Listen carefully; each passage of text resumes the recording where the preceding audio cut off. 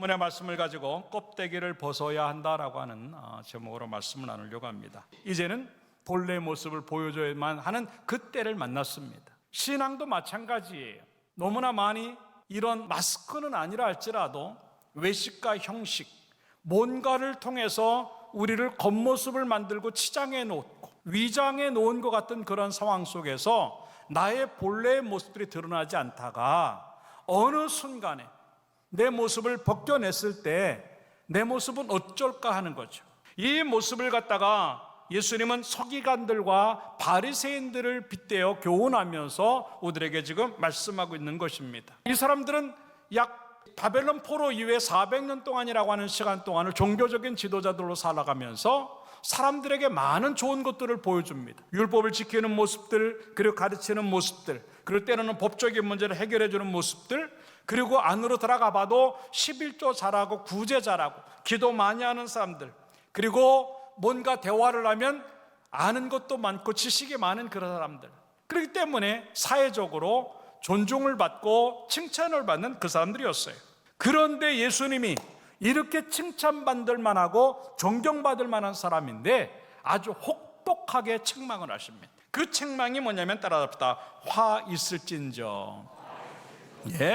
너무 화가 나서 저 사람들에게 그냥 심판을 했으면 좋겠다고 하는 참담한 심정으로 바라보는 것이 화 있을진저예요. 그거를 결론적으로 말하면 마태복음 23장 33절에 이렇게 말합니다. 뱀들아, 독사의 새끼들아. 참 끔찍한 말씀을 했어요. 그러면서 너희가 어떻게 지옥의 판결을 피하겠느냐, 지옥의 심판을 받을 정도로 너희는 그렇게 끔찍한 사람들이라고 하는 것을 화 있을진저라고 지금 이야기하고 있는 겁니다. 어찌 보면 이 서기관들과 바리새인들 누가 보아도 잘 믿는 것처럼 보이고 잘 사는 것처럼 보입니다. 그런데 주님은 그걸 보시는 거예요. 겉으로 보여지는 그 모습이 아니라 안 보여지는 그 모습들, 겉으로 드러나는 것이 아니라 속에 있는 그것, 그 속에 감추어져 있는 것들을 보실 때 이 사람들은 아니다라고 하는 겁니다.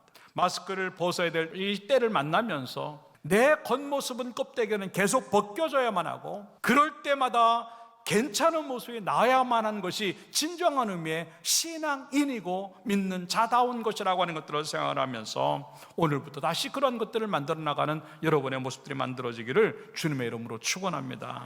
어떻게 하면 될까 하는 것들을 몇 가지로 생각해 보면서 은혜를 첫째 따라서 합시다. 선한 척하지 말고 회개하자. 이 서기관들과 바리새인들의 모습은요, 항상 죄 안 짓고 살아가는 사람처럼 보여요. 죄 안 짓고 살아가는 사람처럼 말해요. 그러니까 이들의 생각은 다 뭐냐면 의인의식으로 가득 차 있는 거예요.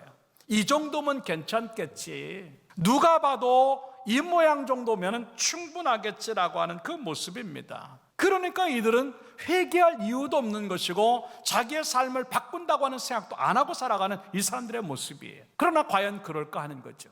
오늘 이제 25절의 말씀에 보니까 이렇게 말합니다. 화 있을진저 외식하는 서기관들과 바리새인들이요, 잔과 대접의 겉은 깨끗이 하되 그 안에는 탐욕과 방탕으로 가득하게 하는도다 라고. 겉으로 볼 때는 굉장히 깨끗한데 속으로 들어가 보니까 너무 더럽다고 하는 거죠. 그러면 26절에 뭐라고 말하냐면 눈먼 바리새인이요 라고. 눈이 멀었다고 하는 건 뭐냐면 겉에만 보는 거예요. 속은 못 보는 그런 사람들을 얘기하는 겁니다. 어느 정도까지 되는 27절에 보니까 외식하는 서기관들과 바리새인들이요, 회칠한 무덤 같은, 무덤은 안 좋고 보기 흉한 곳입니다. 그럼에도 불구하고 예쁘게 색칠을 하고 만들어 놓으니까 전혀 무덤 같지 않은 거예요. 그런데 주님은 그 안을 보는 거예요. 겉으로는 아름답게 보이나 그 안에는 죽은 사람의 뼈와 모든 더러운 것이 가득하도다라고 하는 겁니다. 이게 문제예요. 나는 눈이 멀어서 내 속을 보려고 하지도 않아요. 그냥 겉으로 하는 게 괜찮고 잘하고 있다고 느끼니까 의인의식을 갖고 살아가니까 아무 문제 없다고 생각하는 거예요. 근데 주님은 계속 감춰져 있는 것들을 끄집어내시는 거예요. 안 보이는 것들을 끄집어내시면서 너 이거야 라고 하는 거예요. 어느 정도의 이야기인가? 누가복음 18장 11절의 이야기입니다. 바리새인들은 서서 따로 기도하여 이르되 하나님이여, 나는 다른 사람들 곧 토색, 불의, 간음을 하는 사람과 같이 아니하고 이 세리와도 같지 아니함을 감사하나이다. 더 나가서 뭐라고 말합니까? 12절에는 나는 일에 2번씩 금식하고 또 소득의 11조를 드립니다. 너무 멋있어요. 멋있게 이야기하고 기도까지도 이렇게 멋있게 기도해요. 근데 주님은 아니다 그래. 너보다 세리가 나아. 너 이 세리와 다르기 때문에 괜찮다고? 아니야, 이 세리가 낫다고 하는 거예요. 그 이유가 뭔지 아세요? 세리가 더 잘 살아서요? 아닙니다. 13절에 이렇게 말합니다. 세리는 멀리 서서 감히 눈을 들어 하늘을 쳐다보지도 못하고 다만 가슴을 치며 이르되 하나님이여 불쌍히 여기소서 나는 죄인으로소이다. 네, 이거였어. 세리가 이 바리새인보다 나은 이유는 딱 한 가지. 똑같이 죄인이지만 이 바리새인은 죄인이라고 생각하지 않아요. 자기는 의인이라고 말을 해요. 똑같은 죄인인데 이 세리는요, 나는 죄인이라고 말해요. 가슴을 치는 그 기도, 가슴을 치는 회개가, 눈물 흘리는 그 회개가 주님에게 인정받고 있다고 하는 겁니다. 근데 우리는 그런 회개를 잃어버렸어요. 눈물을 잃어버렸어요. 가슴을 찢는 것을 놓쳤어요. 그러니까 메마른 심령이고 쩔쩔매는 심령이고 각박한 심령인데도 불구하고 뭐가 잘못된지를 모르는 거예요. 예, 공로 때문에 뭔가 했기 때문에 의로워지는 것 아닙니다. 뭔가 대단한 일을 하고 뭔가 큰 헌신을 했기 때문에 내가 의로운 거 아니에요. 우리는 뭘 해도 죄인이에요. 우리가 의롭다고 말할 수 있는 건 딱 한 가지밖에 없어요. 예수 그리스도의 보혈 때문에 용서받았기 때문에 내가 의인이 된 겁니다. 저 십자가의 사랑이 있고 저 십자가의 은혜가 있기 때문에 나는 그때서야 의인이 되는 거예요. 비록 부족하고 많은 걸 하지 않는다 할지라도 하나님, 나는 부족합니다. 나는 죄인입니다. 이런 회개가 주어질 때 칭찬이 주어지는 것이고, 그런 회개가 주어질 때 우리는 복되도다 말할 수 있는 것인데, 다시 한번 우리의 모습을 돌아보면서 하나님 앞에 내 보이지 않는 은밀한 부분들, 심장의 가장 깊은 곳들, 아직도 해결되지 않은 그 죄의 문제를 끄집어 내놔서 감추어진 것까지 다 드러내놔서 하나님 잘못했습니다, 회개할 수 있는 그 모습들이 주어지기를 주님의 이름으로 축원합니다. 언제까지 내가 의인의식 가지고 살려고 그래요? 나 잘하고 있는데 왜 자꾸 그래? 이때 쓰는 얘기가 바로 확증 편향이라고 하는 거예요. 자기가 딱 결정해놓고 그거 외에는 들리지도 않고 보려고 하지 않는 그 모습이 이 서기관들과 바리새인들의 모습이 그거였어요. 나 율법 잘 지키는데, 이렇게 금식도 많이 하는데, 11조 하는데, 구제도 많이 하는데, 내가 이렇게 기도도 많이 하는데, 내가 율법을 가리키는 사람인데, 그리고 사람들을 도와주는 사람인데 뭐가 잘못이야? 여기에 빠져 있으니까 예수님이 이 정도의 책망을 해도 회개가 흘러나오지 않는 거예요. 그러니까 결국 그네들은요, 지옥의 심판 같은 것들을 경험할 수밖에 없다고 하는 것들을 지금 얘기하는 것이죠. 다시 한번 우리들에게 잃어버렸던 눈물들을 회복을 하고, 가슴침을 회복을 하고, 그리고 무릎 꿇는 것들을 회복함으로 말미암아 우리의 영혼들이 착한 척하고 선한 척하는 것이 아니라 끄집어내어도 착한 사람으로, 끄집어내어도 정결한 사람으로, 거룩한 사람으로 보여질 수 있는 그런 회개가 우리에게 주어짐으로 말미암아 더 복되기를 주님의 이름으로 축원합니다. 두 번째 따라서 합시다. 아는 척하지 말고 배우자. 네, 23절의 말씀해 보니까 화 있을진저 외식하는 서기관들과 바리새인들이요, 너희가 박하와 회양과 근처에 11조는 들이되 율법에 더 중한 바 정의와 긍휼과 믿음은 버렸도다. 그러나 이것도 행하고 저것도 버리지 말아야 할지니라 라고 하는 겁니다. 얘네들은 아까도 얘기했지만 뭐든지 잘한다고 생각을 했어요. 왜? 자기가 아는 대로 했으니까. 그런데 주님의 그 책망은 뭐냐면 너희는 부분적으로 아는 거야. 단편적인 지식만 있는 거야. 왜? 23절의 말씀에 더 중한 바라고, 율법에 더 중한 바, 더 중요한 것들이 있는데 그걸 놓치고는 단편적이고 한쪽만 잘했다 그래서 충분하다고 느끼는 그 사람들이 얼마나 부족한지를 지적하는 그런 내용입니다. 이게 바로 하나님 앞에 가면 갈수록, 말씀을 들으면 들을수록, 알면 알수록 더 부족함을 느끼고 내가 얼마나 무식한가 하는 것들을 느껴지는 순간 우리는 달라질 수 있다고 하는 것을 보여주는 것이에요. 근데 우리는 너무 교만해요. 다 안다고 생각하는 거예요. 고린도전서 8장 1절의 말씀에 보니까 뭐라고 말을 하고 있냐면 우상의 제물에 대하여는 우리가 다 지식이 있는 줄 아나 따라서 지식은 교만하게 하며 사랑은 덕을 세우나니 만일 누구든지 무엇을 아는 줄로 생각하면 아직도 마땅히 알 것을 알지 못하는 것이요. 네, 이게 지식의 교만이에요. 나는 다 안다. 그 알면 이렇게 믿으면 안 되잖아요. 안다 그러면 이렇게 예배드리면 안 되잖아요. 내가 그만 먹고 안다 그러면 그렇게 살면 안 되잖아요. 그렇게 살고 있다고 하는 것은 모른다는 얘기예요.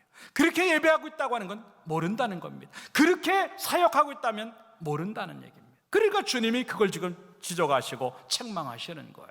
사두개인 얘기가 이제 마태복음 22장 23절부터 나옵니다. 이 사람들은 부활이 없다고 하는 사람들의 모습입니다. 아주 결론을 내렸어요.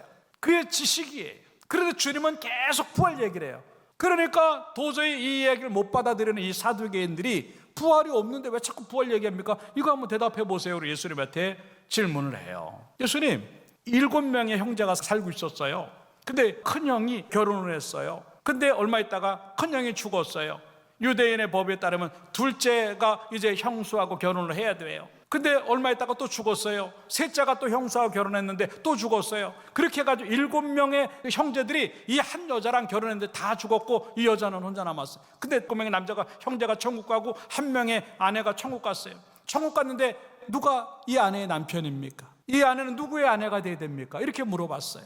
그때 주님이 뭐라고 말씀하시는 줄 아십니까? 29절에 이렇게 말해요. 예수께서 대답하여 이르시되 따라서 너희가 성경도 하나님의 능력도 알지 못하는 거로 오해하였도다.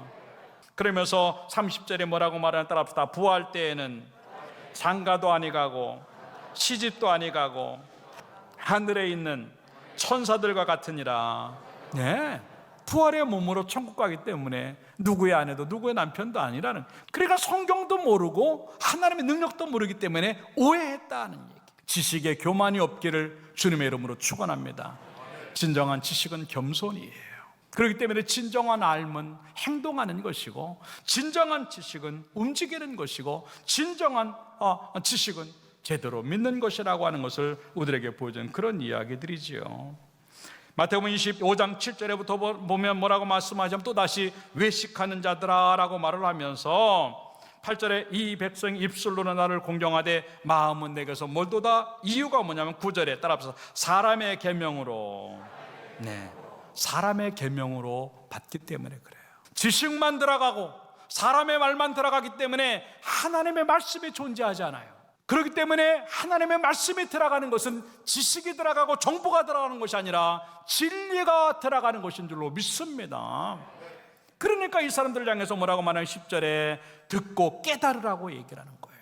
외식하는 자들의 특징이 뭐냐면 다 알고 있다고 생각하기 때문에 들으려고 하지도 않고 깨닫지도 않는 거예요. 그러나 진정한 지식은 깨달음부터 시작되어지는 것이고, 그 지식은 곧 진리가 될 수 있다고 하는 것들을 생각을 하고, 지식이 아닌, 정보가 아닌 진리를 붙잡고 가는 성도가 되어져서 말씀대로 살아가는 여러분들의 모습 되기를 주님의 이름으로 축원합니다.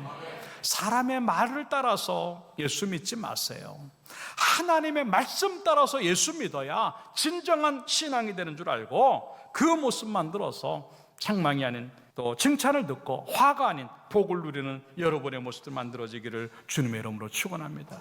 그래서 디모데전서 6장 3절에는 뭐라고 말을 하고 있냐면, 누구든지 다른 교훈을 하며 바른 말 곧 우리 주 예수 그리스도의 말씀과 경건함에 관한 교훈을 따르지 않냐면, 이게 다 사람의 말이, 그는 교만하여 아무것도 알지 못해요.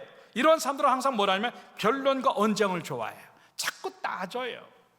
성경이 이렇고 뭐 왜 그러냐고 그러고 따지고 언쟁하고 싸우려고 하고. 그래, 이런 데서 전부 다 투기와 분쟁과 비방과 악한 생각이 나는데 마음이 부패해지고 진리를 잃어버리는 거예요. 어디까지 가냐면 경건을 이익의 방도로 생각하는. 예, 이게 뭐냐면 내가 예수 잘 믿으면 복을 받겠지, 내가 이렇게 하면 뭐 하겠지, 항상 자기에게 이익이 되는 걸로만 생각하는. 아니에요. 경건은요, 이익이 안 돼도 경건은요, 뭔가 나에게 원하는 대로 되지 않아도요, 경건은요, 뭔가 조금 이렇게 좀 상황이 어려워도요, 똑같은 모습으로 가는 것이 진정한 의미의 경건이고, 세상적인 것들을 잃어버려도 하나님 붙잡고 갈 수만 있다면 그게 진정한 의미의 경건이라고 생각을 하고, 여러분들 말씀에 대해서 겸손해지길 바라고, 말씀에 대한 사모함이 주어져서 더 성숙해지고 온전해지기 위해서 배우고 훈련하는 모습을 통해서 칭찬받기를 주님의 이름으로 축원합니다. 마지막 세 번째로 합시다. 하는 척하지 말고 행하자. 외식이라고 하는 말은 연기하는 것과 똑같아 척만하는 겁니다. 한마디로 말해서 안과 겉이 다른 모습입니다. 그런데도 불구하고 체면 때문에, 또 복받고 싶기 때문에, 칭찬받고 싶기 때문에 형식을 유지하고 있는 거예요. 겉모습만 붙잡고 살아가는 그 모습이 있다라고 하는 겁니다. 이러한 사람들은 척만하는 모습이 뭔가? 마태복음 23장 5절에 이렇게 말해요. 그들의 모든 행위를 따라합시다. 사람에게 보이고자 하나니. 사람에게 보이려고만 하는 거예요. 그러나 신앙은 더 중요한 게 뭐냐면 하나님에게 보이기 위한 거예요. 너무나 많이 우리는요, 사람의 것들에 치우쳐서 사람에게 잘 보이는 것이 잘 믿는 거라고 생각을 해요. 아닙니다. 하나님에게 잘 보이는 것이 잘 믿는 것인 줄로 믿습니다. 그렇기 때문에 마태복음 6장 2절에도 그런 얘기를 해요. 그러므로 구제할 때 외식하는 자가 따라합시다. 사람에게서 영광을 받으려고. 그렇기 때문에 이 사람들은 사람에게 영광을 받으려고 회당과 거리에 가서 나팔을 불고요, 계속 사람에게 보이려고 회당과 큰 거리 어귀에 가서서 기도하기를 좋아한다. 근데 이 사람들의 결론은 뭐냐면 따라합시다. 그들은 자기 상을 이미 받았느니라. 사람에게 칭찬을 받고 나니까 하나님에게 받을 칭찬이 없어요. 사람들에게 영광을 받으니까 하나님의 영광이 드러나지 않는 거예요. 사람들에게 보이려고 기도를 하니까 사람들에게는 응답을 받는데 하나님에게는 응답이 없어요.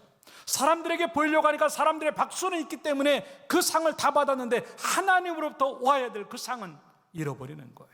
이 사람들이 어느 정도로 했느냐, 오래간만에 이 사람들이 칭찬받은 내용이 있어요.